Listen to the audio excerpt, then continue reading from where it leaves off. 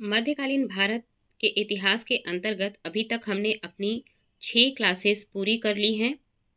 अगली क्लास में आज हम पढ़ने जा रहे हैं विजयनगर साम्राज्य को।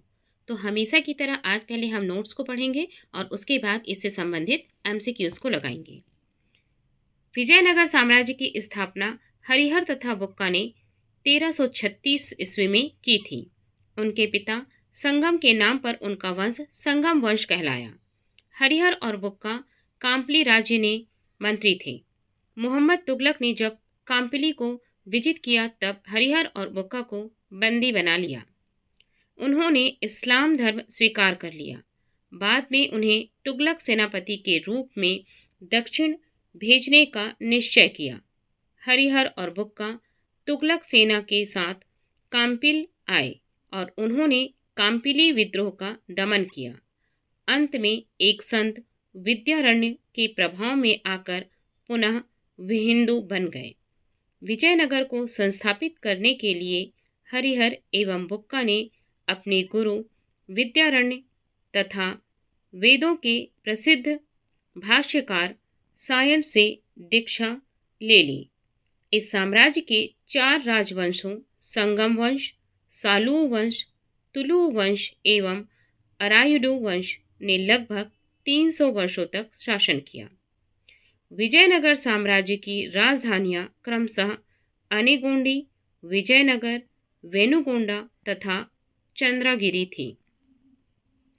1352-53 ईस्वी में हरिहर ने मदुरा विजय हेतु 2 सेनाएं भेजी, एक कुमार सवल के नेतृत्व में तथा दूसरी कुमार कंपन के नेतृत्व में।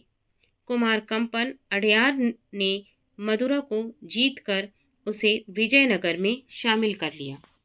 उसकी पत्नी गंगा देवी ने अपने पति विजय का अपने ग्रंथ मधुरा विजयम में सजीव वर्णन किया है।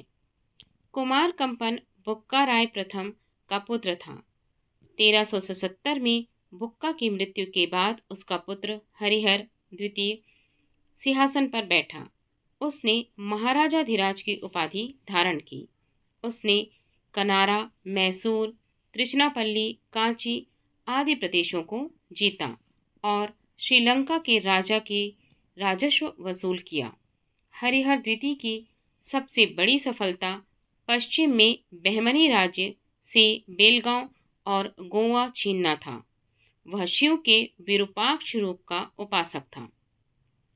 चंद्रगिरी के सामंत नरसिंह सालू ने संगम वंश के अंतिम शासक प्रौढ़ देवराय को पदच्युत करके 1485 में सिंहासन पर अधिकार कर लिया एवं एक नवीन राजवंश सालू वंश की स्थापना की। वीर नरसिंह ने नरसिंह सालू के पुत्र इम्माड़ी नरसिंह सालू वंश का अंतिम शासक को पदच्युत करके सिंहासन पर अधिकार कर लिया एवं तुलु वंश की नींव डाली। 1509 ईस्वी में उसकी मृत्यु के बाद अनुज कृष्णदेव राय सिंहासन हुआ। कृष्णदेव राय का उत्तराधिकारी उसका भाई अच्युत देव राय हुआ, जिसने 1529 से 1542 तक शासन किया। विजयनगर के राजा कृष्णदेव राय ने गोलकुंडा का युद्ध गोलकुंडा के सुल्तान कुली कुतुब शाह के साथ लड़ा, जिससे कुतुब शाही सेना पराजित हुई। कृष्णदेव राय का शासनकाल विजयनगर के साहित्य का क्लासिकी युग माना जाता है।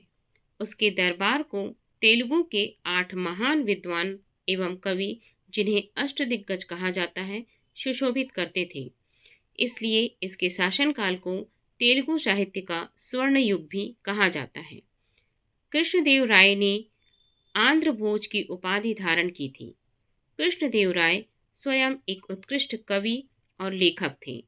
उनकी प्रमुख रचना अमुक्तानंद थी, जो तेलुगु भाषा के 5 महाकाव्यों में से एक है। उसने नागलपुर नामक एक नगर की स्थापना की। उसने हजारा एवं विट्ठल स्वामी नामक मंदिर का निर्माण कराया। उसके समय में पुर्तगाली यात्री डोमिनो पायस ने विजयनगर साम्राज्य की यात्रा की। बाबर ने अपनी आत्मकथा में कृष्णदेव राय को भारत का सबसे शक्तिशाली शासक बताया है। फारसी राजदूत अब्दुल रज्जाक संगम वंश के सबसे प्रतापी शासक देवराय द्वितीय के शासनकाल में विजयनगर आया था। महाभारत के तेलुगु अनुवाद का कार्य 11वीं शताब्दी में नयनन ने प्रारंभ किया, जिसे 13वीं शताब्दी में टिक्कन द्वारा तथा फिर 14वीं शताब्दी में येरन्न द्वारा पूरा किया गया। ये तीनों तेलुगु साहित्य के कवित्री के रूप में विख्यात हैं। वैदिक ग्रंथों के भाष्यकार शायण को विजयनगर राजाओं का आश्रय मिला। जनवरी 1565 में तालीकोटा के प्रसिद्ध युद्ध में बीजापुर, अहमदनगर, गोलकुंडा और बीदर की संयुक्त सेनाओं ने विजयनगर को पराजित किया। इस संयुक्त सेना में केवल बरार शामिल नहीं था। फरिश्ता के अनुसार यह युद्ध तालीकोटा में लड़ा गया, किंतु युद्ध का वास्तविक क्षेत्र राक्षसी एवं तंगड़ी नामक 2 ग्रामों के बीच था। तालीकोटा के युद्ध के समय विजयनगर का शासक सदाशिव था, किंतु वास्तविक शक्ति उसके मंत्री राम राय के हाथों में थी। अरविडु वंश की स्थापना 1570 के लगभग तिरुमल ने सदाशिव को अपदस्थ कर पेनुकोंडा में की थी। इसका उत्तराधिकारी रंग प्रथम हुआ। रंग प्रथम के बाद वेंकट द्वितीय शासक हुआ। उसने चंद्रगिरी को अपना मुख्यालय बनाया। विजयनगर के महान शासक की श्रृंखला में यह अंतिम वंश था। वेंकट द्वितीय राजा वोडियार का समकालीन था, जिन्होंने 1612 ईस्वी में मैसूर राज्य की स्थापना की। विजयनगर राज्य में राजस्व का सर्वाधिक महत्वपूर्ण स्रोत भूमि कर था। भूमि का भली भांति सर्वेक्षण किया जाता था।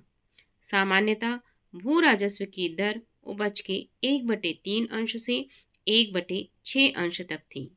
इसका निर्धारण भूमि की श्रेणी और फसल की उत्कृष्टता के आधार पर किया जाता था। शिष्ट नामक कर राज्य की आय का प्रमुख स्रोत था।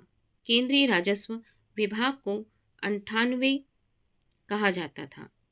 हम्पी के खंडहर, जो कि वर्तमान उत्तरी कर्नाटक में अवस्थित है, विजयनगर साम्राज्य की प्राचीन राजधानी थी। विजयनगर काल में बना विरूपाक्ष मंदिर यहाँ अवस्थित है। हम्पी यूनेस्को की विरासत स्थलों की सूची में सम्मिलित है। विट्ठल मंदिर का निर्माण विजयनगर साम्राज्य के तुलु वंश के महाप्रतापी राजा कृष्णदेव राय ने करवाया था। इस मंदिर में स्थित 56 तक्षित स्तंभ संगीतमय स्वर निकलते हैं।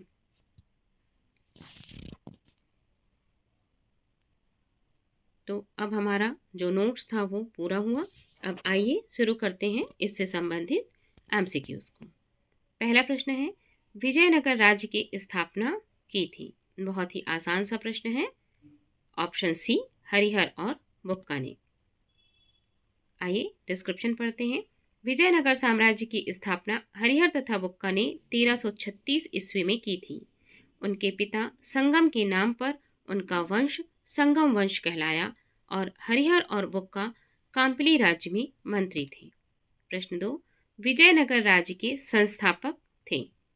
पुनः उसी प्रश्न को दोहराया गया है, हरिहर और बुक्का। ऑप्शन ए सही है। प्रश्न 3, निम्नलिखित राज्यों में से 2 भाइयों हरिहर और बुक्का ने किसकी स्थापना की थी? ऑप्शन ए सही है, विजयनगर राज्य की। प्रश्न 4, इनमें से किसने कृष्णा नदी की सहायक नदी के दक्षिणी तट पर एक नए नगर की स्थापना और उस देवता के प्रतिनिधि के रूप में अपने इस नए राज्य पर शासन करने का दायित्व लिया, जिसके बारे में माना जाता है कि कृष्णा नदी से दक्षिण की समस्त भूमि उस देवता की है? तो इसका सही ऑप्शन है हरिहर प्रथम। आइए इसकी व्याख्या पढ़ते हैं। हरिहर प्रथम ने कृष्णा नदी की सहायक नदी तुंगभद्रा के दक्षिणी तट पर एक नए नगर की स्थापना की और उस देवता के प्रतिनिधि के रूप में अपने इस नए राज्य पर शासन करने का दायित्व लिया, जिसके बारे में माना जाता है कि कृष्णा नदी से दक्षिण की समस्त भूमि उस देवता की है। अगले प्रश्न की ओर चलते हैं। प्रश्न 5, अपनी मधुरा विजय कृति में अपने पति के विजय अभियानों का वर्णन करने वाली कवयित्री कौन थी? तो कौन थी? वो थी गंगा देवी। आइए इसका डिस्क्रिप्शन पढ़ते हैं। 1352 से 53 में हरिहर प्रथम ने मदरा विजय हेतु 2 सेनाएं भेजी, एक कुमार सबल के नेतृत्व में तथा दूसरी कुमार कंपन के नेतृत्व में। कुमार कंपन अडियार ने मदुरा को जीतकर उसे विजयनगर में शामिल कर लिया। उसकी पत्नी गंगा देवी ने अपने पति के विजय का अपने ग्रंथ मदरा विजयम में सजीव वर्णन किया है। कुमार कंपन बुक्का राय प्रथम का प्रथम पुत्र था। अगले प्रश्न की ओर चलते हैं। प्रश्न 6, विजयनगर के उस पहले शासक की पहचान करें जिसने बहमनियों से गोवा को छीना। सही ऑप्शन है ऑप्शन बी, हरिहर द्वितीय। व्याख्या पढ़ते हैं। 1377 में बुक्का की मृत्यु के बाद उसका पुत्र हरिहर द्वितीय सिंहासन पर बैठा। उसने महाराजाधिराज की उपाधि धारण की। उसने कनारा, मैसूर, त्रिचनापल्ली, कांची आदि प्रदेशों को जीता और श्रीलंका के राजा से राजस्व वसूल किया। बहमनी राज्य से भी उसका संघर्ष हुआ। 1377 ईस्वी में सुल्तान मुजाहिद ने उसके राज्य पर आक्रमण किया किंतु सफल नहीं हुआ। हरिहर द्वितीय को सबसे बड़ी सफलता पश्चिम में बहमनी राज्य के बेलगांव और गोवा छीनना था। वह शिव के विरूपाक्ष रूप का उपासक था। अगले प्रश्न की ओर चलते हैं। प्रश्न 7, निम्नलिखित कथनों पर विचार करिए। पहला है, नरसिंह सालू ने संगम वंश का अंत किया और उसने राज सिंहासन कर सालू वंश आरंभ किया। प्रश्न 2 है, वीर नरसिंह ने अंतिम सालू शासक को गद्दी से उतारकर राज सिंहासन छीना। बिल्कुल सही है। वीर नरसिंह ने उत्तरवर्ती उनके अनुज कृष्णदेव राय थे। यह भी सही है। कृष्णदेव राय के उत्तरवर्ती उनके अर्ध भाई अच्युत देव राय थे। ये भी सही है। अर्थात इसकी सभी चारों ऑप्शन सही हैं। तो ऑप्शन डी सही ऑप्शन होगा। आइए पढ़ते हैं व्याख्या। चंद्रगिरी के सामंत नरसिंह सालू ने संगम वंश के अंतिम शासक विरूपाक्ष द्वितीय को पदच्युत करके 1485 ईस्वी में सिंहासन पर अधिकार कर लिया एवं एक नवीन राजवंश सालू वंश की स्थापना की। उसने 6 वर्षों तक शासन किया। वीर नरसिंह ने नरसिंह सालू के पुत्र इम्माड़ी नरसिंह सालू वंश का अंतिम शासक को पदच्युत करके सिंहासन पर अधिकार कर लिया एवं तुलु वंश की नींव डाली। 1509 ईस्वी में उसकी मृत्यु के बाद उसका अनुज कृष्णदेव राय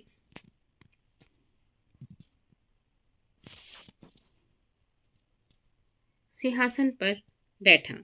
कृष्णदेव राय का उत्तराधिकारी उसका चचेरा भाई अच्युत देव राय हुआ, जिसने 1529 से 1542 तक शासन किया। अतः उपयुक्त सभी कथन सही हैं। अगले प्रश्न की ओर चलते हैं। विजयनगर के राजा कृष्णदेव राय ने गोलकुंडा का युद्ध किया। किसके साथ किया था? कुली कुतुब शाह के साथ। ऑप्शन ए सही है। आइए व्याख्या पढ़ते हैं। विजयनगर के राजा कृष्णदेव राय ने गोलकुंडा का युद्ध गोलकुंडा के सुल्तान कुली कुतुब शाह के साथ लड़ा। गोलकुंडा में कुतुब शाही वंश की स्थापना कुली कुतुब शाह ने की थी। जब कृष्णदेव राय उड़ीसा के साथ युद्ध में व्यस्त था, तब कुतुब शाह ने विजयनगर की सीमा पर स्थित पांगल और गुंटूर के दुर्ग पर आक्रमण किया। वारंगल, कोडिविडु आदि के किले को जीत लिए। इसके पश्चात उसने विजयनगर पर आक्रमण करने का प्रयास किया।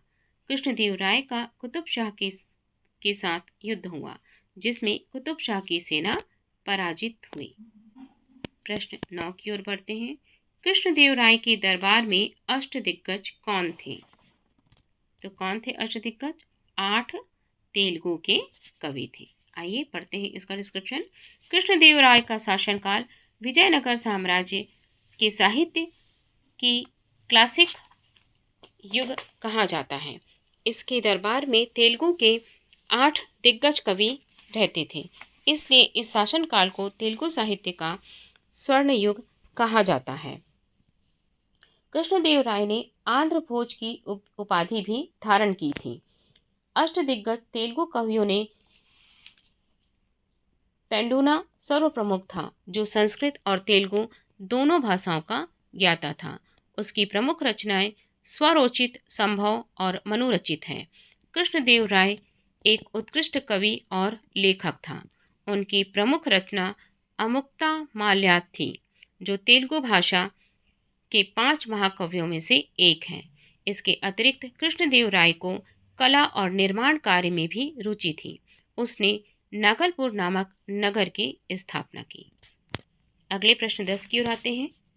इनमें से किसे आंध्र भोज भी कहा जाता है? तो आंध्र भोज किसे कहा जाता है? कृष्णदेव राय को, अर्थात ऑप्शन ए जो है वो सही ऑप्शन है।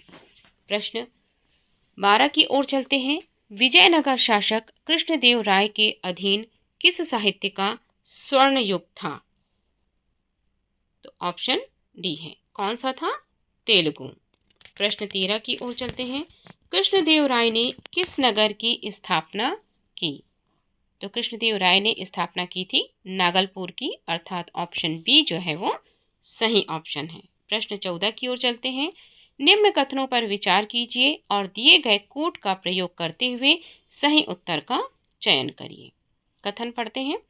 विजयनगर के शासक कृष्णदेव राय ने अमुक्ता मात्यात ग्रंथ की रचना की। कृष्णदेव राय को आंध्र भोज के नाम से भी जाना जाता है।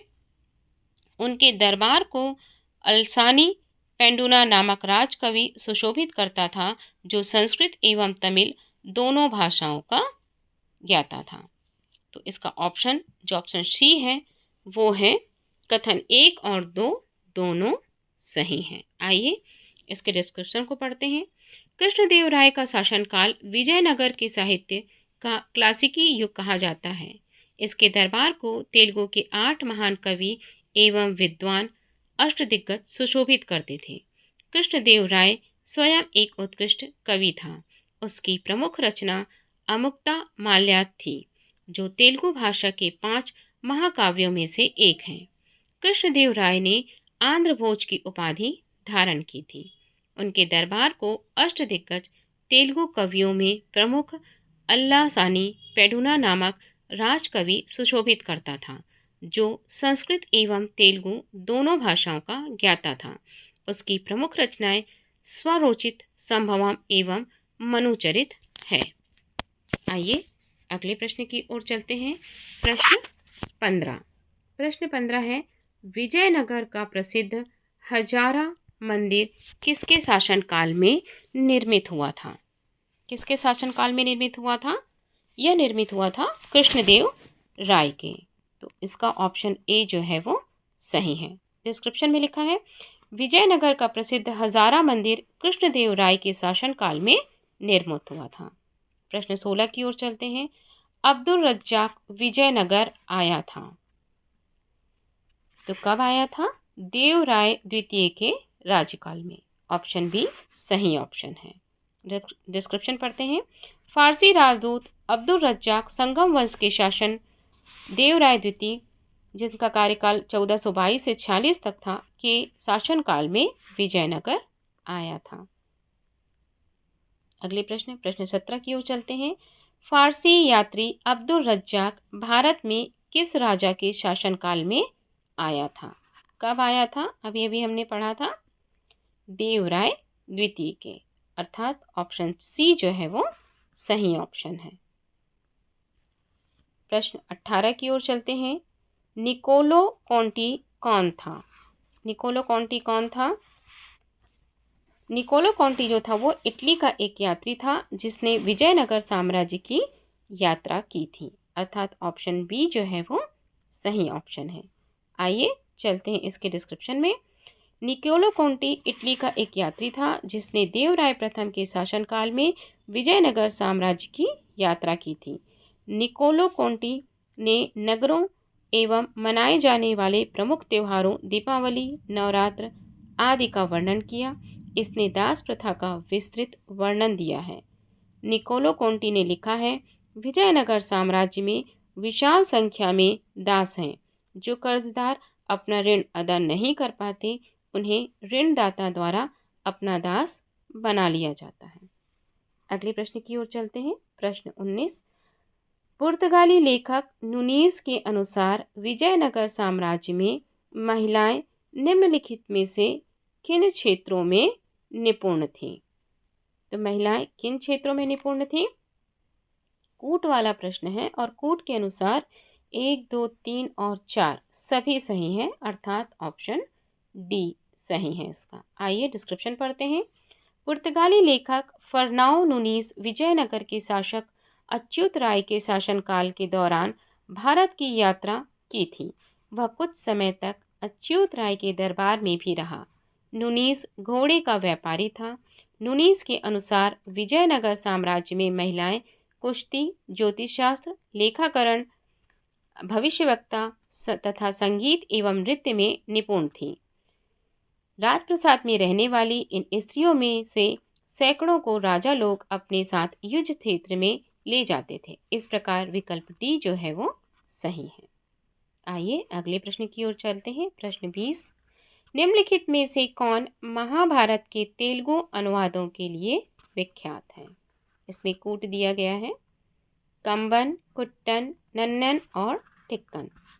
तो इसमें से केवल 3 और 4 सही है, अर्थात ऑप्शन सी जो है वो सही है। महाभारत के तेलुगु अनुवाद का कार्य 11वीं शताब्दी में नैनन ने प्रारंभ किया, जिसे 13वीं शताब्दी में टिक्कन द्वारा तथा फिर 14वीं शताब्दी में येरन्न द्वारा पूरा किया गया। ये तीनों तेलुगु साहित्य के कवित्रय के रूप में विख्यात हैं। प्रश्न 21 की ओर बढ़ते हैं। वैदिक ग्रंथों के भाष्यकार सायण को आश्रय प्राप्त था। किनका आश्रय प्राप्त था? विजयनगर के राजाओं का। ऑप्शन सी सही है। आइए इसका डिस्क्रिप्शन पढ़ते हैं। वैदिक ग्रंथों के भाष्यकार सायण को विजयनगर राजाओं का आश्रय मिला। संगम के 5 पुत्रों ने, जिनमें हरिहर और बुक्का सर्वाधिक प्रसिद्ध थे, तुंगभद्रा के उत्तरी तट पर स्थित अनेकोंडी दुर्ग के सम्मुख उसने दक्षिणा तट पर विजयनगर शहर एवं राज्य की नींव डाली।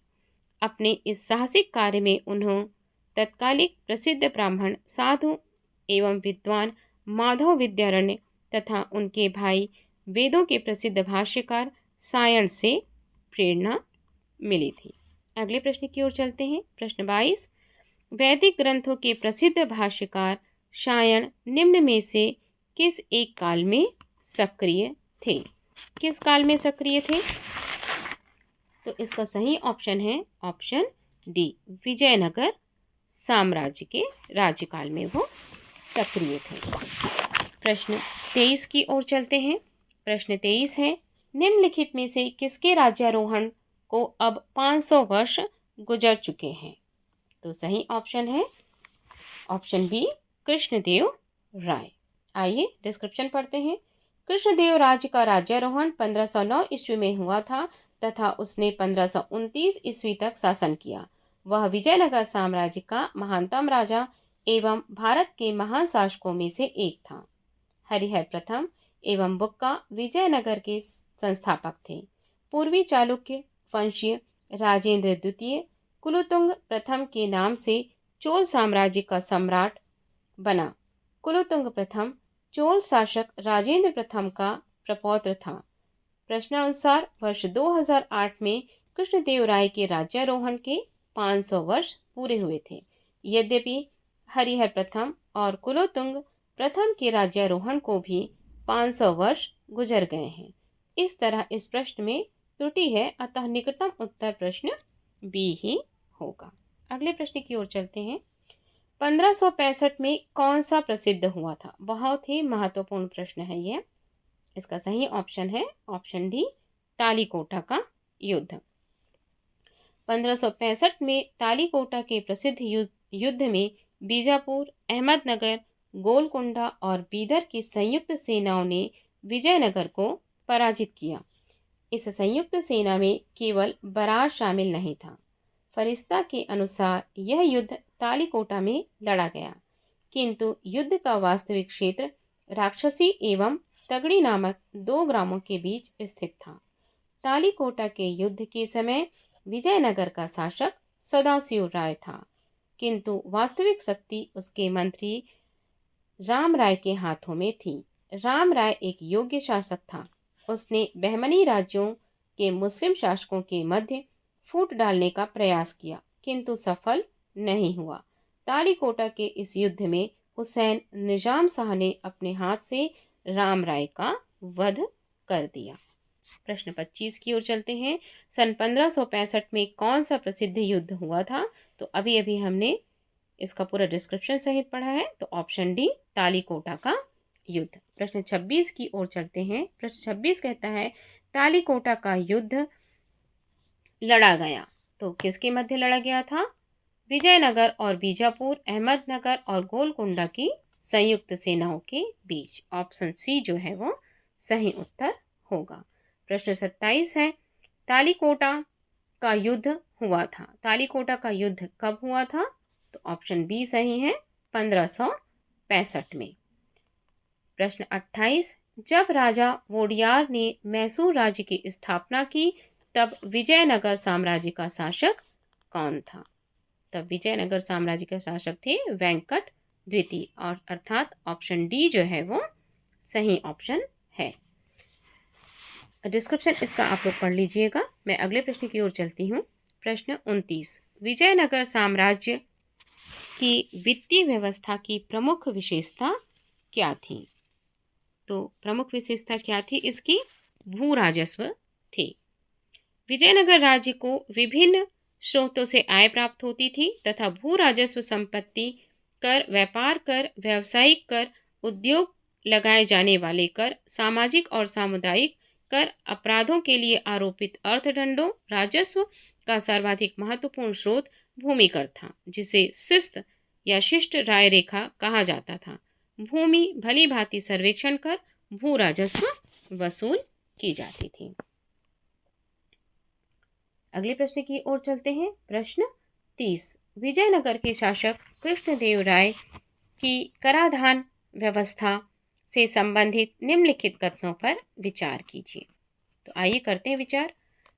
भूमि की गुणवत्ता के आधार पर भू राजस्व की दर नियत होती थी।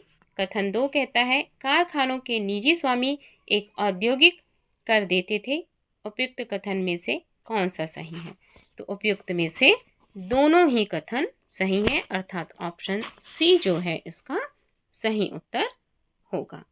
डिस्क्रिप्शन हम नोट्स में पढ़ चुके हैं इसका, तो आप एक बार और पढ़ लीजिएगा, काफ़ी लंबा डिस्क्रिप्शन दिया हुआ है। हम अगले प्रश्न की ओर चलते हैं। निम्नलिखित में से किस स्थान के खंडहर विजयनगर का प्राचीन राजधानी का प्रतिनिधित्व करता है? तो बहुत ही आसान सा प्रश्न है। ऑप्शन डी हम्पी जो है इसका सही उत्तर होगा। अगले प्रश्न की ओर चलते हैं। प्रश्न 32 विजयनगर साम्राज्य का अवशेष कहाँ मिलता है? तो कहाँ मिलता है? इसका जो अवशेष है वो हम्पी में ही मिलता है। अगले प्रश्न की ओर चलते हैं। प्रश्न 33 विजयनगर के किस संस्थापक ने चीन के सम्राट के पास अपना राजदूत भेजा था? तो किन के पास भेजा था? बुक्का प्रथम के पास। आइए पढ़ते हैं इसका डिस्क्रिप्शन। विजयनगर साम्राज्य की स्थापना हरिहर एवं बुक्का ने 1336 ईस्वी में की थी। अपने इस साहसिक कार्य में हरिहर एवं बुक्का अपने गुरु विद्यारण्य तथा वेदों के प्रसिद्ध भाष्य सायण से प्रेरणा ली थी। संगम वंशी शासक बुक्का प्रथम ने चीन के सम्राट के पास अपना दूत मंडल भेजा था। कब भेजा था? 1374 में भेजा था। अगले प्रश्न की ओर चलते हैं। प्रश्न 34 प्रमुख तेलुगु कवि श्रीनाथ किसके दरबार में थे? तो किसके दरबार में थे? देवराय द्वितीय के दरबार में थे, अर्थात ऑप्शन सी जो है वो सही उत्तर है। आइए पढ़ते हैं इसकी व्याख्या। प्रख्यात मध्यकालीन तेलुगु कवि श्रीनाथ विजयनगर साम्राज्य के शासक देवराय द्वितीय के दरबार में थे। वे कोडाविडु के रेड्डी शासकों के संरक्षण में भी रहे। श्रृंगार नैषधम उनकी प्रमुख कृति है। अगले प्रश्न की ओर चलते हैं। प्रश्न 35, किसके राज्य में कल्याण मंडप की रचना मंदिर निर्माण का एक विशिष्ट अभिलक्षण था? किसके राज्य में? विजयनगर के राज्य में, अर्थात ऑप्शन डी जो है वो सही उत्तर है। मंदिर निर्माण की शैली में विजयनगर साम्राज्य का प्रमुख योगदान कल्याण मंडप का निर्माण है। धार्मिक उत्सवों के समय देवता देवी की प्रतिमा कल्याण मंडप में स्थापित कर दी जाती थी। इसमें दैवीय विवाहों का आयोजन किया जाता था। अगला प्रश्न देखते हैं। प्रश्न 36, प्रसिद्ध विजय विट्ठल मंदिर जिसमें 56 तक्षित स्तंभ संगीत में स्वर निकालते हैं, कहाँ स्थित है? तो ये कहाँ स्थित है? ये हम्पी में स्थित है। आइए पढ़ते हैं इसकी व्याख्या। विट्ठल मंदिर का निर्माण विजयनगर साम्राज्य के तुलु वंश के महाप्रतापी राजा कृष्णदेव राय ने करवाया था। इस मंदिर में स्थित 56 तक्षित स्तंभ संगीत में स्वर निकालते हैं। इस मंदिर का निर्माण विजयनगर साम्राज्य की राजधानी हम्पी में किया गया था। तो ये हमारा विजयनगर साम्राज्य पूरा हुआ। अब अगले पार्ट में हम पढ़ेंगे दिल्ली सल्तनत के प्रशासन के विषय में। तो मिलते हैं अपनी अगली क्लास में।